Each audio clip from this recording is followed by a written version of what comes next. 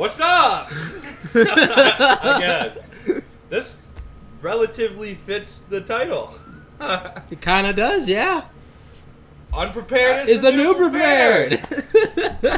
How was your week, buddy? Good, and yours? It was, you know.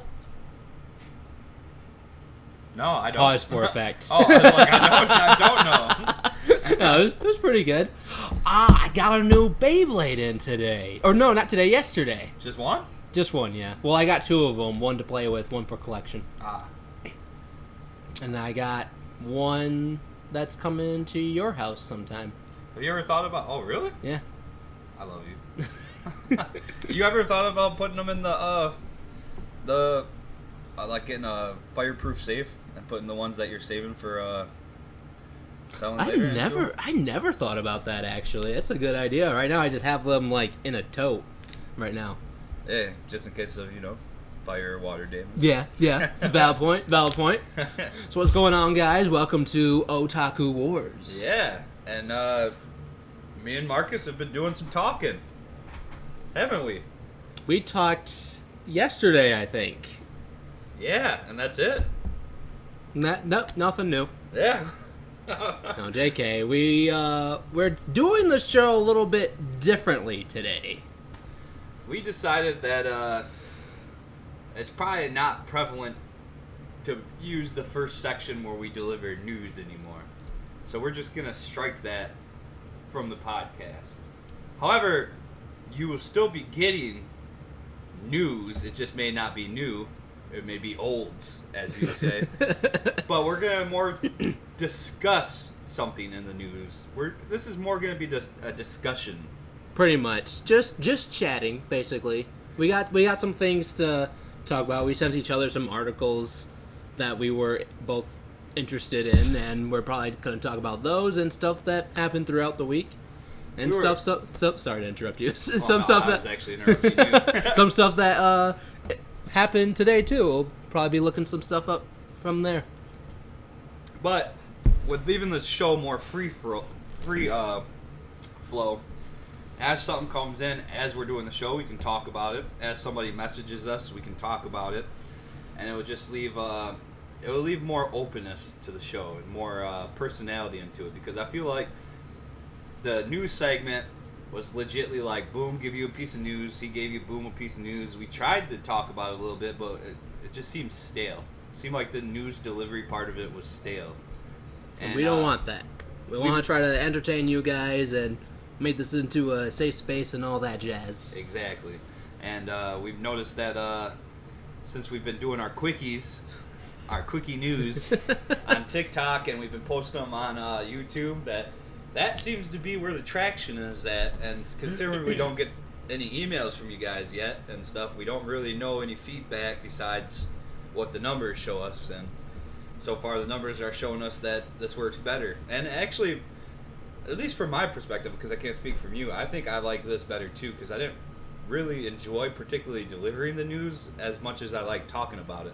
Yeah, I can see where you're coming from there. Yeah, you feel the same way? Yeah, with the quick, because, like, the thing is, like, I like chatting about stuff, but I don't like chatting about stuff for, like, a long period of time.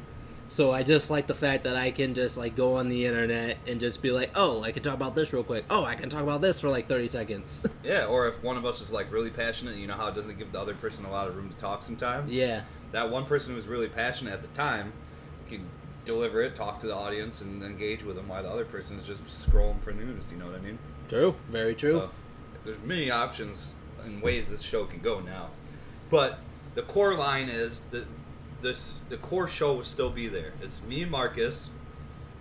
We're either going to agree on the topics we're talking about, or we're going to fight like we have before. And it's always going to be otaku. Am I right? That is correct. All right, I think I said. By the way, we're still doing war sessions too. Oh yeah. That. The war session is more like the headliner. So like when you go to a concert, you know how there's openers and people who do shows before. Yeah. The headliner will more than likely be in the title, and except this one obviously because we just got it out of the way right off the bat. Pretty much. But you know, it'll be like the headliner, the big debate, the big thing we want to talk about, which today will be We're talking about Lightyear. But before we move on, real quick, I just wanted to say on that mental note, considering that this is us talking to each other, so I don't have to stay organized, I wanted to let you know that the reason I'm so on board for this idea is because my favorite podcast that we've done so far, and apparently the audience liked this one too, because when we cut it up and put it on YouTube, it was one of the ones we got the more traction for when we were doing it the old style. Wait, so like when... I know you said you're going to cut them up so that there's like more stuff to post, so are we getting more downloads off of the ones you're cutting up? I was just talking about what we used to do. Oh, okay, gotcha. Yeah, so my favorite podcast was the one where I didn't feel like writing anything down, so I looked at you and said, just hit go. And then I threw my sheet on the ground, and then I ended up talking about, like, the Naruto video game and stuff like that. Yeah. That was one of my favorite episodes. And it also made me have to be, like, quick thinking. I was like, surprised. Like, what's going to happen? I don't freaking know. So I'm just like, I'm going to keep my sheet. So this is the way that the show's going to move on for now. We're going to see if Wood likes it. And, you know, if things are different, we might evolve again. We're still in the beginning phases, and we're not getting a lot of feedback at the moment, so we don't know what's working or not. If there's like a group of people that come to us in our email and they say like, wow, I'm really upset and it sucks that like the news segment was gone because that was my favorite part, then we'll add it back. I won't mind doing it. Maybe not as long, like 3 and 3. Maybe it would just be like a couple pieces each. You know what I mean? Yeah, so like basically like the TikTok pieces that we're doing. But I think faster is better nowadays, it seems like. I don't know if women would agree.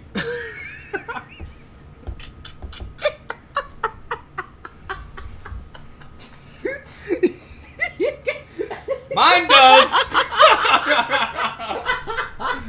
I just had to make it work.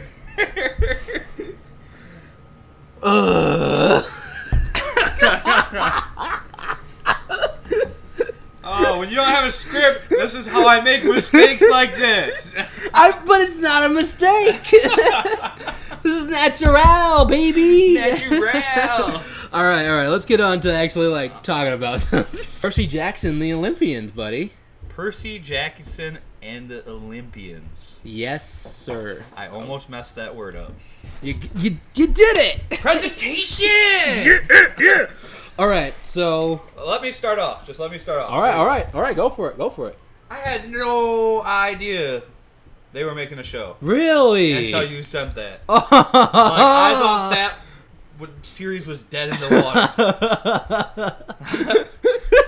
No, I just got it.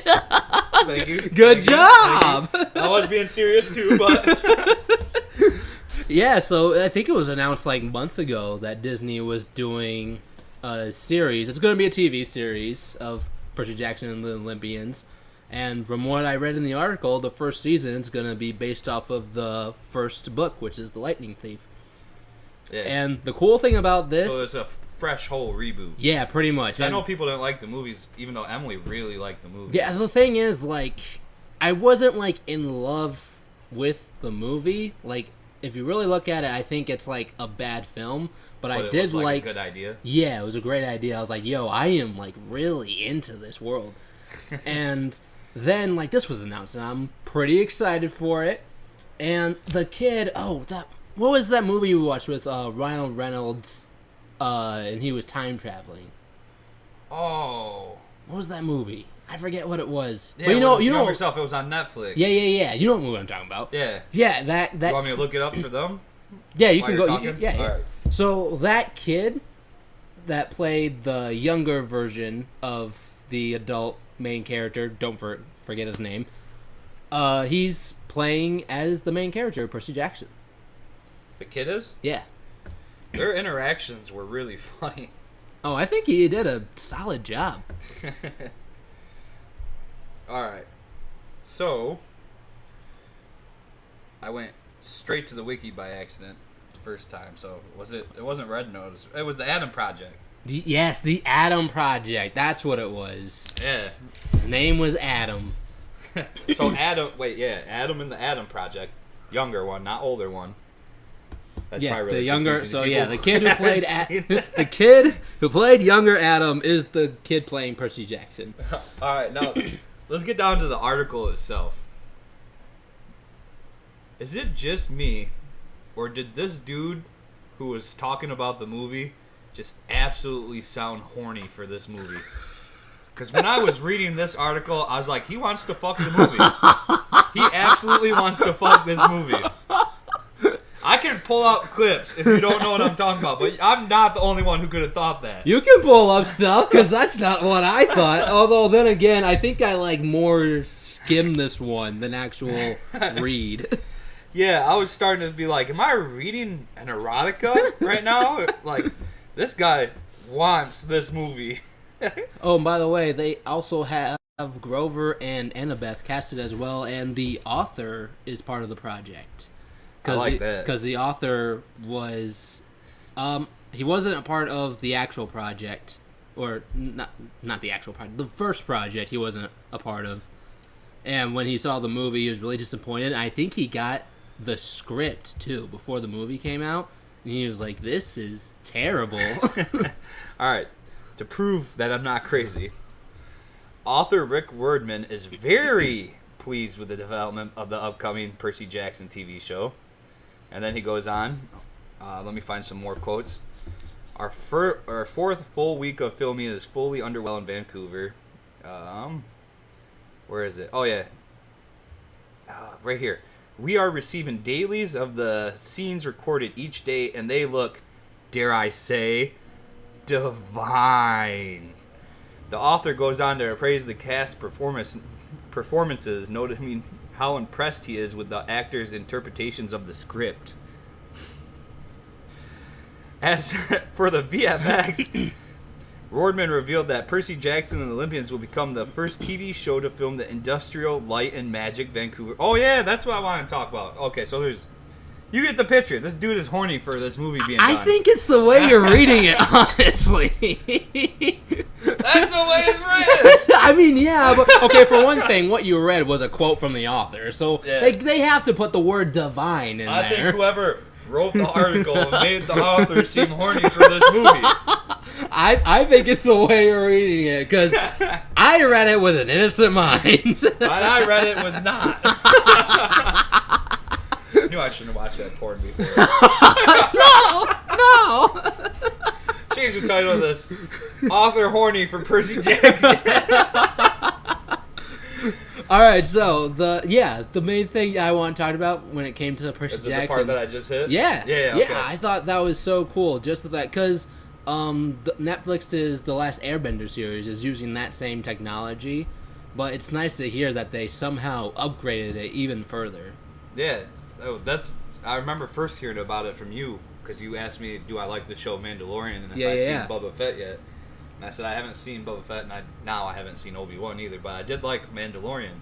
And you were telling me that was all a 3D screen that they use now, and I thought that was really cool. So then when it got brought up in there, I was like, oh, dude, Marcus told me about this. And then they were talking about how much more advanced it is.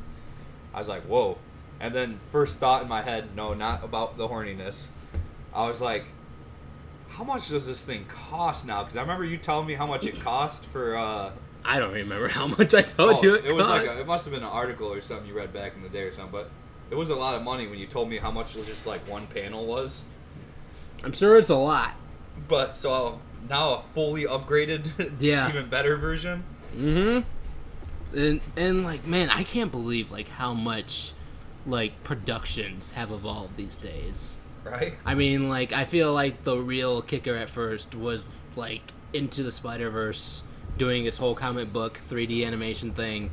And then later on we got The Mandalorian, which did the whole like 3D environment sort of stuff. And obviously not all productions can do it because it depends on the budget. But just the fact that we are in a time period where we can be actually like almost fully immersed like that is pretty dope. It makes me want to be an actor. Just because I want to be like, whoa. I just kind of want to play with it. Like, what's this button do? Alright, so I didn't send you this article, but because we're on to Star Wars and stuff right now, it reminds me that I read it the other day. Okay. So you know Disney World? No. No? What's Disney World? All right, so there's this place called Disney, and they own half the world. Oh, man, we're in trouble. All right, no, but for real, Disney World, you know how they have a Star Wars park? Yeah. Yeah. Well, they have their Starship Cruiser hotel open. Oh, okay. Yeah, and they were talking about, the article was talking about, and I believe one of the 3 articles makes a quick mention of it. Okay. I can pull it up and tell you if you don't believe me, because I was just looking at it. Oh, I believe you. Go for it. But anyways, I think it might even be what led me to it, but there's a bar in the hotel. Okay. And the bar has Star Wars themed drinks, mostly affordable for everybody. But then they also have a special drink on the menu. All right. Adult drinks. Okay. And it's $5,000. Okay. Why? Dude, I don't know. What's the drink called? They won't list what the ingredients are. I forgot what the drink is called. I probably could pull it up if people are really interested or if you're really interested. But it's $5,000. It comes out, and have you seen Mandalorian or Boba Fett? Yeah, I have. So you know those lock chests they have? I don't remember it very well either, but it's a chest, and they bring the chest out to you, and you have to like pull the plunger and open it, and it goes like this, and then the smoke comes out and stuff. Oh yeah, I know what you're talking about. Then there's 3 shots, and I don't say what they are, but I don't know if you're supposed to mix them or if you're just supposed to. I feel like you're paying $5,000 for the experience, not the drink. But well, that's what I thought. But then they said they have rumors or they have speculations of what the drink could be. They said because a bottle of Remy Martin King Louis VII, which is a cognac, is usually about $4,000 a bottle. So there are alcohols that expensive. So, but you said it was a shot. 3 of them. 3. Okay, that still doesn't make up a full bottle though. I'm paying $5,000 for 3 shots. They upcharge. I mean, like for example, if you were to go get a typical shot of vodka or something, they're going to charge you $5, even though the bottle may have been only 10. Dang. And they get 12 or 18 shots out of the bottle. That's how they make their money. Dang, man, that's freaking nice. $5,000. I've never seen a drink $5,000. That actually reminds me when you're talking about the Star Wars hotel. I saw this video where it was a Nickelodeon made SpongeBob's house. Oh no way! Yeah, it's like a little like small bungalow. I think you can go in. There's like an upstairs that looks like, and it's like laid out so it looks like SpongeBob's bed. I thought somebody chatted us. Oh, that would have been nice. Can you stay there, or you just get to walk through it? I think you can. I think it's somewhere you can stay. And then they also have like the SpongeBob's living room too. They have like a giant version of Gary in there. And do you got any pricing? No, I don't. I just saw what it looked like, honestly, and it's just there's like 2 disappointing things. One, the pineapple isn't orange; it's yellow, so that's one thing. Minor detail, I guess. It bugged me though. It's just like it's not orange. That's like saying Squidward's house is pink, not blue. And then the other thing is, they had I think they had a normal alarm clock in there. It's like you couldn't get me like SpongeBob's alarm clock. You made all of this, but you couldn't make an alarm clock? Yeah, exactly. Oh, so I'm not done talking about the Starship Cruiser. Because, I mean, if you're going to make a segment and you're going to put it on YouTube, might as well have the full thing. Might as well. I kept on reading because then I got interested. Because right after that, they said, don't worry, there's reasonable cost drinks for people applying. And the way they said it kind of said, don't worry, for you poor fucking people, there's some drinks you can afford. And I was like, oh, what are they, like $400? That's the affordable poor people drink? And no, they were selling typical drinks for $10 to $15. Nice. Which is, if you're going through the park, I mean, this is the price of a soda anyways, so. But I got even more curious. Okay. You're going deep down the Star Wars hole. They said something about how they're only 2-night stays, so you can only book like 2 nights at a time. Okay. So I was like, all right, so how much is a stay? I want to get as much information as I can. Right. To see why this drink is priced at $5,000. Like, is the whole surrounding like an extravagant rich event? So, a basic cabin That's all the information I could find. A basic cabin is what it's called when you rent a room. All right. For 2 nights for a family of 2 adults. Is. Well, actually, before I even tell you, let's leave you on the hook a little bit because I like that. I knew something was up. Something was gonna happen. They say a basic cabin, which once again strikes me the wrong way because it's like, all right, you poor assholes, for you guys, yours. So basic cabin. Yeah. Basic cabin. Which makes me think, obviously, there's more above it because they're starting with the low point. You know what I mean? This is like their so cheapest this is room. The cheapest room. The basic necessities, I'm guessing. The basic. Yep. For the 2 adults, $5,000 for those 2 nights. What? Yeah. It's like $1,029 or something like that, or $1,229 per adult, and they charge per adult. So you don't get to just pay the price of the room; you have to pay the admission of both of the adults in the room. Same with if you had a kid or you're having more people come in. So they charge each of the adults that $1,000 price. I don't know the exact number, so I'm just gonna say $1,000 price. You know. For the first night and then the second night, and it said the grand total was like $5,029. I'm like, I don't want to stay there. I'm like, one, who's gonna stay here, man? The rich. If I go to stay there, I'm not buying no drinks, dude. I'm bringing them. I just spent Bring your own beer. I just spent all the damn money on the cabin. 2, I'm gonna sneak Emily in my damn suitcase. We'll be like, nah, it's a room for 1, dog. Sneak Aria and Emily. Damn. Why is your bag talking? Oh, it's a toy. It's a toy. Isn't that crazy, though? Yeah, that's freaking insane. And you know what's insane is, I bet you if you look it up now, I bet you they're booked out till a certain date, which means that people have actually bought all the rooms for all the days till a certain date. Would not surprise me.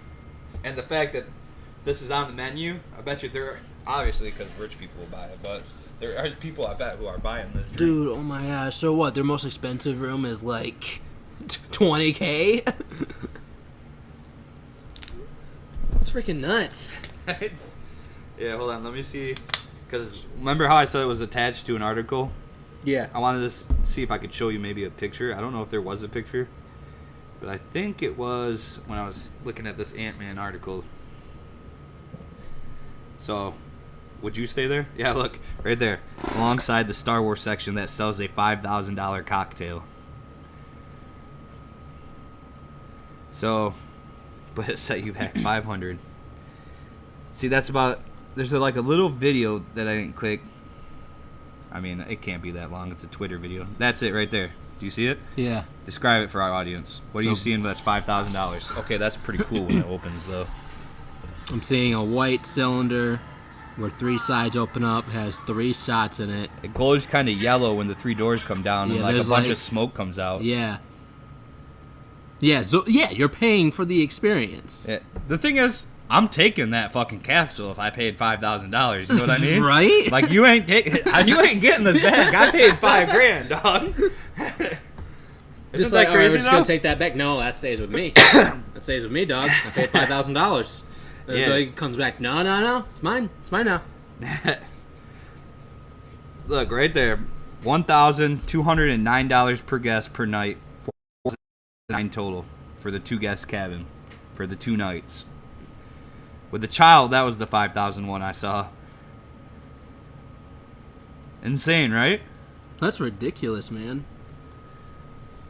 Like, don't get me wrong, I thought obviously Disney World was expensive, but I didn't realize how expensive some aspects of it were. I do not remember Disney World being that expensive, honestly. Then again, when I went to Disney World, I was a kid. True, so it was free. Oh, man. That's a good point. But the thing is, when I went, I was old enough, I remember, to have my chore money. Because I got money for doing chores as long as they were done every day. Mm-hmm. My mom would mark it off on a calendar, and if I got all my checks and didn't miss a single one, They gave me like 20 or 30 bucks a week. Nice. Which was a lot for me. I was like, whoa, 3 weeks not gonna buy a video game? But anyways, I Eventually, when all of my siblings got jobs, since I was the youngest, I couldn't get a job yet. Yeah. So my parents were like, hey, if you want, you can clean the house, and we'll pay you $100 for cleaning the house each week. I'm like, sweet. Oh, wow. You were making bank, Yeah. dog, as a kid. As a kid, you could have got one of those $5,000 juice boxes, dude. Just like, bartender, give me a juice box. Not any juice box. Give me the special one. The juice box on the rocks. The $50 one? Yes, All sir. the kids turning and gasping. Drinks on me. Oh, man. I'm buying all the juice boxes. The thing is, though, like, I had a concept of money because of that then, because, you know, I was saving up for my video games and deciding if I was going to put some aside Yeah. for future video games. Yeah. So, when we went, I had a concept of money as far as, like, relative to video games. So, when we went there and I saw that there was shirts the same price as, you know, 2/3 of a video game, I'm like, what? Why would I want that shirt? You know what I mean? Yeah, So, when it's, you don't realize, like, what is, like, actually good and what isn't until you actually, like, start buying stuff for yourself. Because it's like, wait a minute, $20 for that shirt? I can get it for 10, like, just down the street. yeah. Or they want 40 because there's a Nike sign on it? Yeah. I'm like, I can draw a damn Nike sign. I know some artists. I can get that from Google, put it on a shirt. Oh. Well, anyways, there's our hidden topic that neither of us knew we were going to talk about. The battleship cruiser at Star Wars Park, which I think is in Florida. Disney Or is World? it in California? I don't Disney? know what park the Disney. Star Wars I think one is. Universal Studios is in Florida, and I think I know there's a Disney World in Florida too. there probably is. I I don't know because once I found out there was one in California and in Florida. When they talk about like they're building a Harry Potter park and a Star Wars park, I'm Oh like, yeah. so at both in one. One, the other. Yeah. Yeah. I keep. There's a Jujutsu Kaisen theme park that's going in Universal Studios. I think it's Universal Studios anyway, but it's gonna be Japan only. Oh, I was about to say if it was here, I was like, I'm surprised it's not Naruto or Dragon Ball Z or Demon Slayer because those were like the big U.S. ones that are widely popular. Jujutsu Kaisen is pretty big too, though. Yeah, but enough to make a park in America. I get the park in Japan. I mean, I guess fair. There are bigger stuff. Because I mean, even not anime fans like Dragon Ball Z. Yeah, You know what I mean? I get what you're throwing. Yeah, it just meant as like a moneymaker. Not that I don't think it's good because I love Jujutsu Kaisen. Hence me going to see the movie. By the way, in the movie theater, there's a new because you know how me and you like to go see anime movies. Yeah. There's a new anime movie out there, but it says subbed specifically in the title, and I didn't look to see if there was a dubbed one like today. So I will tell you what that is. All right. Speaking of movies, Persona. Yeah, well, actually, let's save that one because while I'm looking this up, let's talk about the dud topic we were going to talk about. Let's talk about Ant-Man. So this guy sends me an article. It's about Ant-Man, specifically. Wow, you're gonna throw all this shade at me like that? Oh yeah! Throws me this article about Ant-Man, and it's about the creative way how Ant-Man could have beaten Thanos. And I'm like, oh, I guess Paul Rudd is like talking about it again. He has more info, and there is nothing. No new info at all. It's the same article It's the same thing. that came out after Avengers Endgame came out. It was so it was so stupid. I'm reading the article. I'm like, okay, this is like nothing new, and then it's like talking about the I guess the trailer they were in or whatever. That's not even shown anymore, so I guess it was only yesterday. The movie. Yeah, that I was looking for. It was called like Morocco or something like that. Never heard of it. Started with that. Anywho, Yeah. the guy sent me a useless article. I thought Paul Rudd was going to talk more about how people kept on saying you should have went up Thanos' ass. Yeah. But I didn't know that until I clicked on it yesterday to actually read it, that it was just IGN trying to get some more attention because it was just the same thing as the first article that came out years ago. And this was posted as new? Yeah. I do think they said that there was like maybe an interview or a spot at Disney where there was like an interactive... Oh, there was a little new piece in there. Because there was... While we're on the subject of Disney World... apparently there's like a Disney World like part where Ant-Man is and probably the Marvel part of it, I guess. And there's like a station, a scientific station or something, where there's like a little video where he talks. And he's starting to talk about how he shouldn't go up Thanos' butt for scientific reasons or whatever. And then and then Wasp interrupts, like, seriously, we're going to talk about this? Yeah, somebody interrupts him. So I guess that was the new part. But they headlined it as in he had something to say about it, you know what I mean? So I guess it wasn't a complete dud, so... You know what we call that? A milk dud. False advertising. Oh. I thought we were making a pun out of it. Nope, no pun. No pun. It's false. Okay, what it is. It's false advertising. I got you.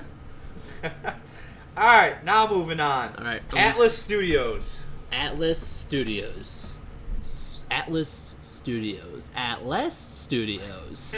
Atlas Studios. Or just to throw Marcus off a little bit, Persona. Persona! It's like, okay, this sounds really familiar. I think it's Persona, but I'm not too sure.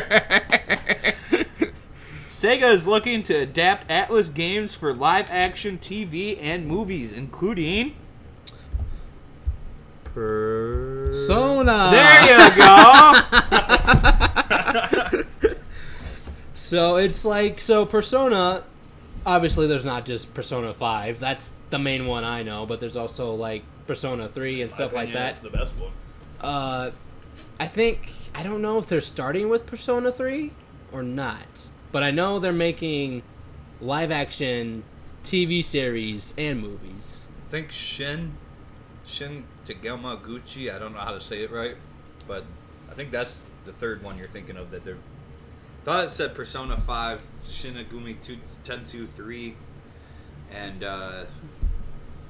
Catherine are what they were thinking of. I don't really know the game, so I really couldn't tell you. Never played it before. Well, you read the article. You should recognize the words. I mean, I read it yesterday. Do you not understand the words coming out my mouth? Ain't nobody understand the words coming out of your mouth, man. Rush Hour. Yeah, I love Rush Hour. You're the only person I know who's seen Rush Hour. Really? Yeah, you know Dirty Dave. Dirty Dave always picks on me. He's like, I hate Chris Tucker. I hate Rush Hour. All I remember in the article is how basically it's Atlas Studios is, or they didn't.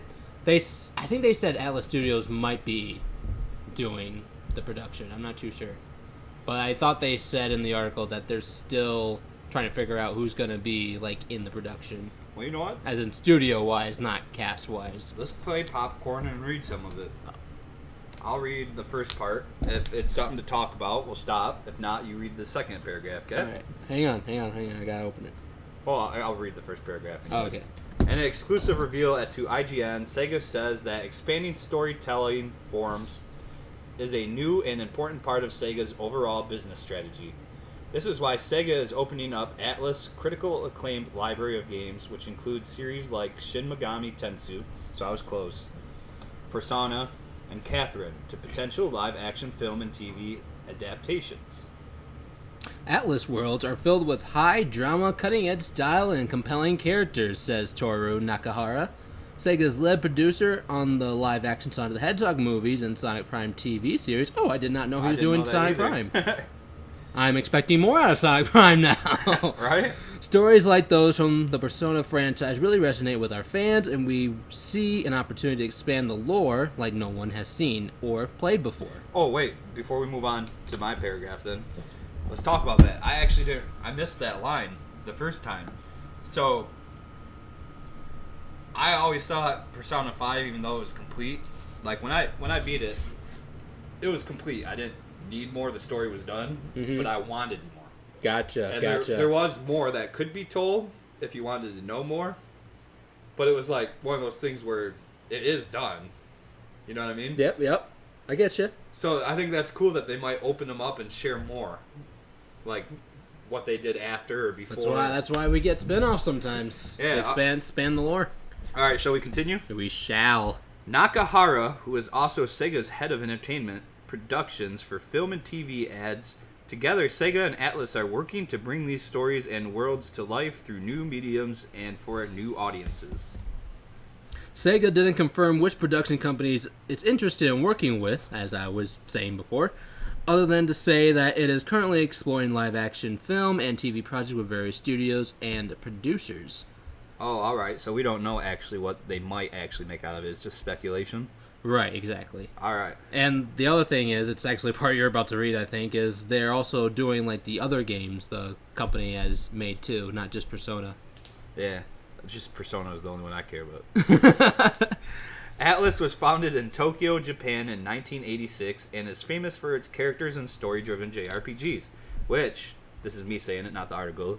If anybody has played it, you'll agree with that, because that's what I know them for, because it was great storytelling. Amazing storytelling. Nice. Better than half the movies we've seen. Oh, snap. One of its most popular franchises is Persona, a series typically centered around high school students who encounter occult forces that threaten the world. The most recent entry into the franchise, Persona 5 Royal, is one of the best reviewed RPGs of the generation, which that's true. It says you can click to see the review there, but we're not going to do that. We all know it's probably 9 or 10. The Persona series is celebrating its 25th anniversary. How come every time I get a piece of news, it's about someone's anniversary? And that would be the part you read, too. And recent games like Persona 5 Royale, Persona 4 Golden, Persona 3 Portable are expanding to new consoles, so it says PC, Xbox, and Nintendo Switch. Oh my gosh, that is such good news. Okay, so I'm late into the Persona. Before we continue, let me mark where I'm at, and then so I'm new to Persona. Okay. As in, like, new to when it came out.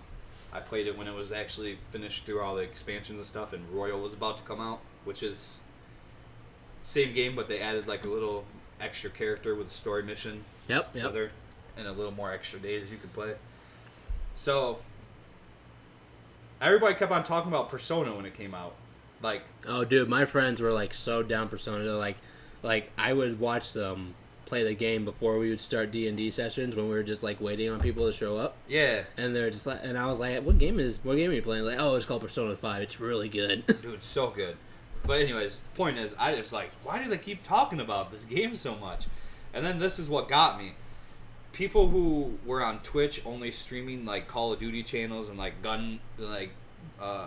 first-person shooter games and stuff like that. So people who had their own type of game that they like to play and didn't look like the people who branch out. Mm-hmm. Those people were even stopping the games they were playing and playing Persona. That's crazy. And when I see somebody who is in the first-person shooter realm switch to an RPG, because you know how different those realms are. Yep. It turns my eye. Just like if it was just like if it was vice versa, like somebody who only plays RPGs also plays a shooter. I'd be like, okay. So that's what caught my attention. And I was like, the last time that some game did this to me, it ended up being my number one favorite game. It was Mass Effect 2. Oh, snap. So I finally broke down. It was a sale. I think I got it for like $19. But that's probably because I didn't know that Royal was coming out soon and that it had more to it. I legitly, when it was all said and done, it was 119 hours before I beat it. But like each week, I was like, okay, this week I'm going to beat this part of the dungeon, and this next week I'm doing that. And I kept on doing that. And it was all I could think about. You couldn't get enough. Yeah. And I think what the thing is, I think it's the formula. It hits so many... Okay, so by formula, are you talking about formula as a story, formula as a game? All of it. All of it. So, like, you know how when you start something, they say stay to a niche subject? Yeah. Because remember how you kept on telling me if you try to hit everybody, you only hit some? This is one of those rare occasions where I think they tried that, or they may not have tried, but where it hits everybody. It can work. It can work. Because you got the gamers who like to do like the daily sim lives, like the dating sims and like those sort of games. Yeah. That niche sort of gamer, that's in the game. You get to, you know, choose your own romance, like partner who you want. Oh, that's cool. You make relations. You live day by day as a normal life. So like, when you're done with a day, you have a set amount of hours in a day. Okay. And so you can do either more of the story. You can go get a job and work and get money. Nice. Which is like, I don't know if they were set up like mini games or not. I think that you just went and did the activity, but they might be set up like mini games. You could go get a cheeseburger. You could go rent a movie. And they all did something. So like if you went to go to the library for the day and read a book, there was a chance that it would improve one of your stats. That's cool. And that part was addicting. So I think it brought those people in. Then there's the RPG. There's the story and the fighting. Very turn-based RPG style. There's the people who like shooting, because the people who were like fantasy characters and had moves, you could buy airsoft guns in the real world, and when you went to the other world to face the problems, Yeah. the airsoft guns turn into real guns. Oh, snap. So you could shoot them in the battle. So it probably got some people that way, and then it had the fantasy elements because you had your swords and your whips and, you know, your spells. I mean, and then on top of that, you had a story. Wow, so this is literally a game that has a little bit of something for everybody to play. It hit all the marks. It had story and side missions that just made you want to do them. It had Pokemon collecting and leveling up. So the people who battle with them, you can collect them. When you're going through the dungeon, you can collect them. It's like catching Pokemon. And you can raise them and evolve them. Yeah. Really? Yeah. You can fuse them and it makes new ones. That's nuts. Yeah. They all have their different moves and like abilities, like dark and, you know, grass or... Dude. Wow. So they basically made a game that almost has every single game into one, basically. Yeah. Wow. It's so good. I think, and the thing is, like, in order to make something like that, like, I feel like you have to have a really good balance. Because, like, that's what they did. If you show favoritism to just one, then it's just like, oh, well, it's mostly this because it has, like, they worked harder on this rather than this. But the fact that they gave, like, at least I'm assuming, anyways, gave each part the fairness and the love it deserves, that's pretty dang cool. Yeah, it's so good, dude. And the fact that it also has a story that, when you look at it, looks like an anime. Gets the anime fans, Yep. You know what I mean? Yep. It's in Tokyo. Yep. But the story is so good that it could take place, I mean, anywhere in the world. So, I mean, it gets the people who like the normal, deep stories. It's just crazy good, dude. I have the game if you ever want to play it. I feel like you want to play it right now. Dude, I have thought about playing it again. Once you put 119 hours just into like it, stop the stream, stop recording. Let's just play Persona 5. if we knew how to live stream the games yet, I would maybe live stream you starting it just to see if you could put down the controller. After that would be the test. 3 hours of playing. See if you could put down the controller. See if I can put down the controller. Okay, so not like because you're so tired like, or hungry. So like I play 3 hours and then see if I can put down the controller. Yeah. All right, bet. See if you can play it for 3 hours. So yeah, that's the other. Here's the other thing. And then I take normally the game to GameStop to return it afterwards. Meaning that you'll never play it again. See, normally I can only play a game for 2 hours. And I'm not kidding. Like, literally, every time I stop playing a game, it's 2 hours later. Oh, really? Yeah, it's just a natural thing. Well, then maybe just 2 hours. So, like, if I'm, like, what I'm saying is if I go 3 hours, that probably means I really like the game. Yeah, it's good. Alright. Anyways, it's good to get sidetracked like that, you know? Give a little more personality to people listening. Does it count if you say that? Yeah? 'Cause I say whatever is on my mind. That's how we got But to was the... that on your mind? Money is on my mind. He's doing it for the money. He doesn't care about you fans. I was actually singing the song. Sega's previous experiences with live-action adaptations resulted in commercial hits like Sonic the Hedgehog 2. Though the initial Sonic reveal was anything but smooth, ugly Sonic, Sega isn't the only company looking to adapt its video games for TV and movies. Ugly Sonic. So I made a little edit video of Ugly Sonic. Basically, I did a small little edit of Ugly Sonic. It was what if Ugly Sonic was in the Sonic X theme, and Paramount copyrighted it. Oh no! Months later, after I posted it, but they did on TikTok. I guess not. I was like, really? Come on, man. Like, what clip in there do you care about so much that you copyrighted? They're not done with Ugly Sonic. I guess not. That's why they put it in the Chippendale movie. We're like, we could use this. And you know what? So you know how there's adult animations like family. You know what? This could be a whole separate clip on YouTube, but it can just be another discussion. We're never gonna finish this article. Nope, we're not. Which is okay. I think we're done with Persona. You know Family Guy and South Park and Futurama, like those adult cartoons? Yeah. Rick and Morty? Rick and Morty, yep. I think they should make an Ugly Sonic one. like Ugly Sonic shows up in one of those shows? Or no, Ugly like Sonic? it's his own show. Okay, that's what I thought where, you were you know, saying. he's allowed to swear or make those fart jokes that make them adult level where, you know, they're on night TV. I won't lie to you. I kind of want to see Ugly Sonic in the FBI show. See? Maybe he's an FBI. I don't know. Ugly Sonic, Uglier Crimes. Oh, there you go. But yeah, don't you think? Honestly, I would not be mad about that. Instead of Family Guy, Sonic Guy. Sonic Guy. It's Sonic Guy. Did you imagine what his kids look like?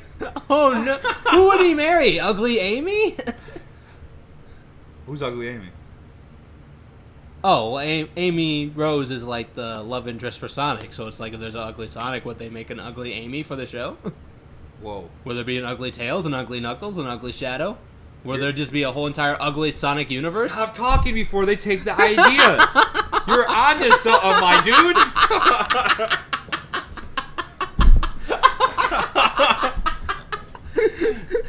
Oh, maybe just a short clip on YouTube because I have nothing left to say about Ugly Sonic, but I do think they should make an adult cartoon out of it. You know what? I'd be really down for watching that, honestly. All right. Sega isn't the only company looking to adapt the video games for TV and movies. Sony is leveraging its game franchise for TV adaptations, including The Last of Us, Horizon, and God of War, which I think we talked about before on the show. Oh gosh, I think we talked about Last of Us and God of War. I don't know about Horizon. You want to take us home with that last paragraph? But given Sega's proven success in live-action adaptations, the Sonic movie, both Sonic movies, the company is hoping to repeat Sonic's success with games like Persona. Yeah. I think we said all we needed to say during that article. Yep. Pretty much everything. We read the whole article. You know, I kind of like that, though. We never did that before, but when we that was quite the treat. Don't know if we'll do it again. I don't know. I think we should. When Think we should? Popcorn style, we actually listen more than when we did before. We do. I have to agree with you there. Oh, there's something else. There's something else about SpongeBob.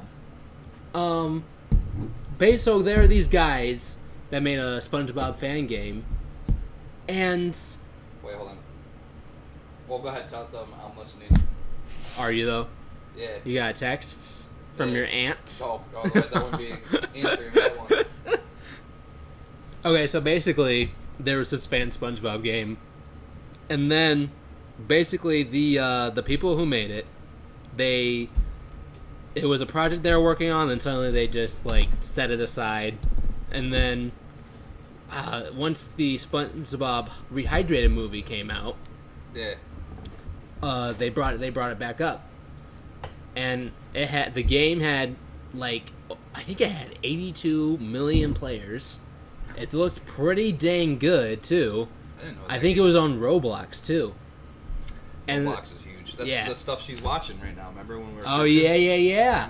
And I think Nickelodeon made their own SpongeBob Roblox thing. But Nickelodeon took it down. That doesn't surprise me. So, on the note of big players taking things, do you know what modders are?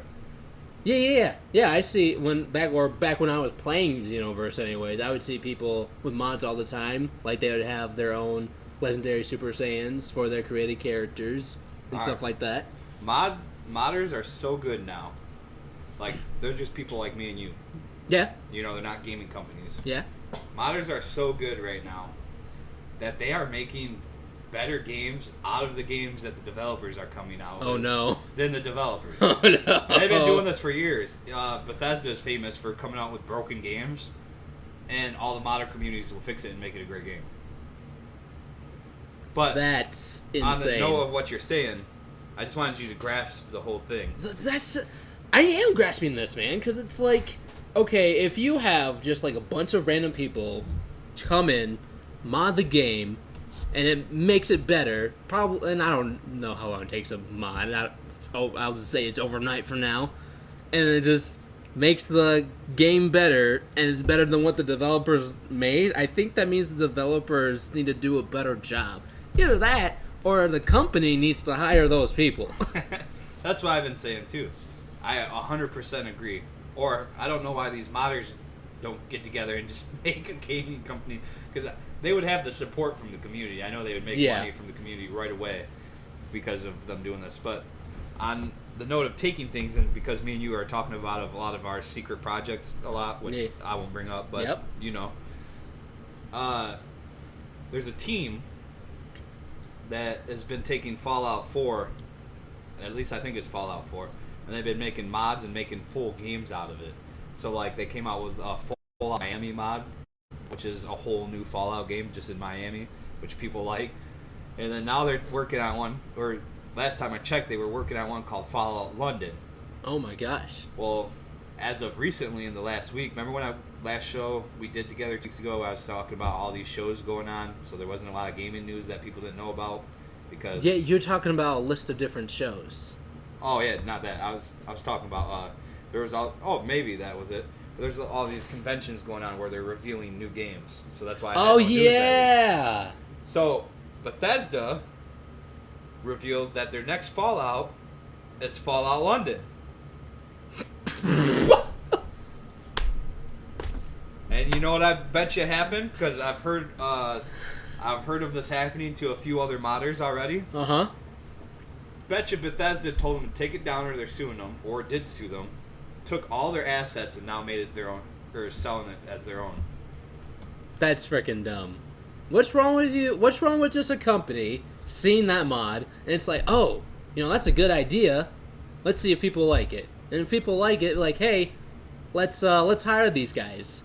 But people keep on getting shafted, man. I don't know 100%. Maybe they did cut a deal with them, but just I know Bethesda's past, and I don't see that happening. But I hate hearing that these people work really hard, like these modders, get their shit tucked in and get nothing in return. So like these modders are getting shafted. On a related but unrelated note, these voice actors are why we have dubbed like animes that are good. They put their passion into it and they're getting shafted. Yep.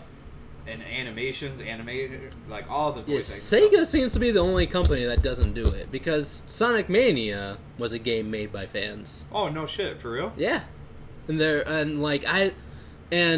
I don't know if I don't know the whole story of those fans made a previous Sonic game, so Sega was like, hey, why don't you come in and make this game instead? Or if it was something they were working on, Sega found out about it. It's like, hey, let's make this an official thing or something. But I know Sega for a fact is the only company that I know that likes fan projects, because they just allow everyone to make their own fan Sonic stuff. Mainly fan Sonic games. Yeah. What I don't get is, this is what I would do if I was the head, CEO. This is how I would see making the most money possible. Mm-hmm. Because obviously everything gets related into the news, so people are going to know that you took that from somebody. It's going to piss some people off, and some people won't buy it because of that. Mm-hmm. You know what I mean? Yep, I see. Why would you not just go, this is where I would see all my money coming. I'd go to the modders. Yep. I'd be like, yo, let's take that IP, I will house it, and you get 20% of all the royalties for this game. It's a smart idea. Or make a deal. Then it will be released that I just worked with the modding community, which will give other modders I want that deal. Yeah, yeah. You know, motivation. I'm having people make the game for me, and I give them only a partial of the sales. So whether the game flops or do well, so like you're I'm the not at a person that. loss. So like you're the person who owns the IP. It's like, hey, I see that you're making this. If you want, we can make this an official game. I can release it, do all the marketing and stuff. You just have to make the game. I'll give you 20% of the royalties. Yeah. That sounds fair to me. Yeah. Honestly, and then like, I mean, you could give them more of the royalties. I'm not in that realm, so I don't know. 20%. yeah, it's an example. It was an example, but that's what I would like to see. It's And like I feel like you would bring more money. Wouldn't you bring more money into a company if that's what you were doing? Yeah, well, you outsourced already all the labor, pretty much. I totally agree with you. And the thing is, it's like Have you ever thought that if someone's making a fan game and it's something that the company isn't making because let's say it's an IP that a company owns but they haven't used it for a long time, but there's still like a big fan base for it, but then suddenly someone goes in and makes that thing, it's like, oh hey, apparently people really like this. Why can't the companies go, hey, people really like this, let's get with these guys and like see what they're doing, let's pay them to do some work. Because they already did most of the work for you. They made a small little project, probably, depending on what you're working on. Agreed. And then after that, they basically did the marketing for you. So that's done over with. You know people want it, so you know a lot of people are gonna either watch it, buy it, whatever. So you really don't have anything else to do except for like a little bit of marketing plus some updates. And maybe probably get a little bit of professionals in there. Yeah, just to review it to make sure you know it's what you want to be canon. Yeah. And here's the thing. Sometimes the modding community especially, they make way better games because they're fans and they care. So they care about the lore, the story, the Not characters. saying that the gaming company, the workers don't care, but the thing is they're behind their desk with a whip and deadlines and what they have to specifically follow. You know what I mean? Yep. I'm just saying. Yeah, it's a crazy world we live in, and I hate it sometimes. It's just, and it's like, I get it, like, it's your IP, you own it, but as long as, like, someone is making a fan project, they're not making any money off it, they're not paying anyone to do it, it's like, what's the problem? Your complaint is literally only that it's, like, the IP, and that's it. And some people, some companies I've heard of, too, like, shutting down these modders or YouTubers that make the videos, if we're talking about everything. But I've heard of companies shutting them down, taking all their assets, and doing nothing with it. Oh, you know That's what? the ultimate sign of selfishness, right yeah, there. there was a movie, not Pixels. Oh, what was it? Free Guy. Oh yeah. Yeah, Free Guy's story was like basically, this company came in, they took the data from this game that a couple people made. Yeah. And then they basically took that data, made a different game off of that data, and it made millions of dollars basically. Yep. So, there was one more thing I wanted to say. Oh, I think, also, if it could be possible, I think what they should do is eliminate people buying and holding. I think they should have a law or something where if you own an IP and you haven't shown that you've done, well, no, because there's loopholes if you say haven't shown that you've done something. So if you haven't, yeah, because then they could just like release something. Yeah, like a trailer, and then sit on it in our 5 years. Right. Well, let's say like, I don't know, 3 to 5. Well, actually, years. sorry to interrupt you, no, but that's like, I think that's the deal that Bandai has with Dragon Ball. They have to come out with something Dragon Ball, like a Dragon Ball game, every so often. Otherwise, they lose Dragon Ball, basically. Makes sense. Because that's probably how Dragon Ball is still making their money. Yeah, what was I saying? Oh, yeah, so like every 3 to 5 years, if you haven't used an IP, it goes to the free market. That's what I think they should do. If you've sat on an IP for 3 to 5 years not being used, it should go out to free to use. Or somebody bids on it, like it becomes a bidding thing for somebody to use the IP. And it can't go back to the same company. So, let's say you own Star Wars, because it's right behind you. That's what I was thinking. All right, fair enough. Let's say you own Star Wars, and you haven't done anything Star Wars. Haven't done let's haven't say done it. I say 5 years. Yeah, let's say 5 years. Let's say a gaming company. But gaming companies and films, they can, you can change a year because sometimes it takes a lot of years to make a movie. Yeah. But let's say you're not doing anything with the Star Wars as far as video games. You're a video game company with the Star Wars rights to make video games. But you're not using the IP. You haven't used it the last 2 years. You're not using it the next 2 years. You didn't use it the next 2 years, so you hit the term, Mm-hmm. It goes to the free market, so places like Activision, all the gaming places. They could get the IP. Yeah, they could do something. Along with the modder community. They can bid it out, but your company isn't allowed to put a bid on it. Or here's the thing, though. See, that sounds smart, but I don't think that really solves the problem of fan-made stuff, for example. Yeah. Because those IPs are going to be worth, Star Wars, for example, millions of dollars. Not any fan is just going to have millions of dollars sitting around. So, I feel like modders and people who just want to make fan stuff in general are just going to be in trouble still. It doesn't really change that spectrum of it. It just changed how other companies can get it, basically.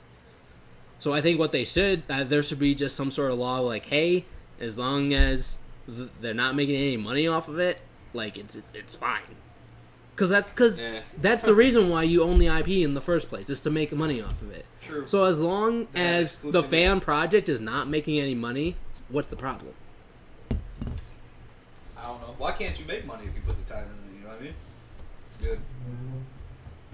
Well, because you don't own the IP. I think I get where you're coming from, but you don't own the IP. is the thing. And the other thing is too, is even if you go and ask permission, doesn't mean that they won't screw you over later on. Because the SpongeBob game, the people that made the SpongeBob game, they tried to ask permission, but Paramount or Nickelodeon, whoever, would basically ignored them. So they went and made it anyways, and now it's taken down. And then I heard someone made a Star Wars trailer. He went and asked Lucasfilm, hey, can I make this small little Star Wars TV show or whatever? And they're like, yeah, okay, under these conditions. And I think they're actually pretty dang wrong conditions. It was I think those conditions made it harder for him to make the show, a lot harder. So he made it. He made a little trailer, and then Disney's okay, yep, we're just gonna take that and we're gonna own all of it. So nowadays, I don't even think, if you want to make a fan project, I don't think there's a point of even asking permission. Yeah, you know what? Maybe that's how we fix it. If there's a fan project, I mean, you can't do anything about them telling them to take it down. But I don't think you should be able to seize their assets.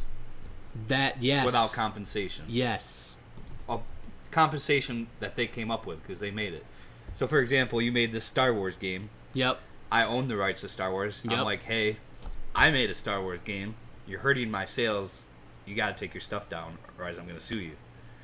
But I can't just take your stuff and then sell it. Yeah, you should not. Companies should not be able to just take your stuff. Yeah, just with that. Just if you don't give me all your assets, I'm going to sue you. Because then for a fact they're just going to go and they're either going to not use it, or they are going to use it and make money off of it. Yep.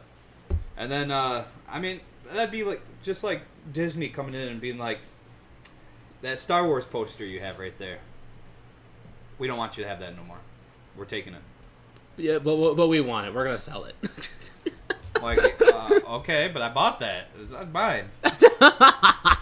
Or you do a lot of art. You're sitting down. You draw a Star Wars picture. Yep. I don't know why we're so on to Star Wars right now, but you draw a Star Wars picture. It's your art. You're hanging it up in your room. That'd be like them coming in and being this ain't yours now. And then all of a sudden they take your art and then they made $2 million selling T-shirts with that art on it. Yeah. No, but you didn't receive anything. No, but you made it. That's fucked up. I get you, man. Because if I, as an artist, was this the war session? It's part of the war session, I guess. If I made some assets and just something a company just takes them from me, I'm just like, I would just be so distraught because I worked my butt off on making those assets for this certain thing, and then suddenly you're just gonna take it, and it's probably not gonna see the light of day again. Yeah. Hey guys, Marquando here. On behalf of me and Mike Sensei, just want to say thanks for watching, we appreciate it. If you want to catch early news and early war sessions, be sure to check us out on Twitch every Friday night between 5 and 7. And remember, stay otaku.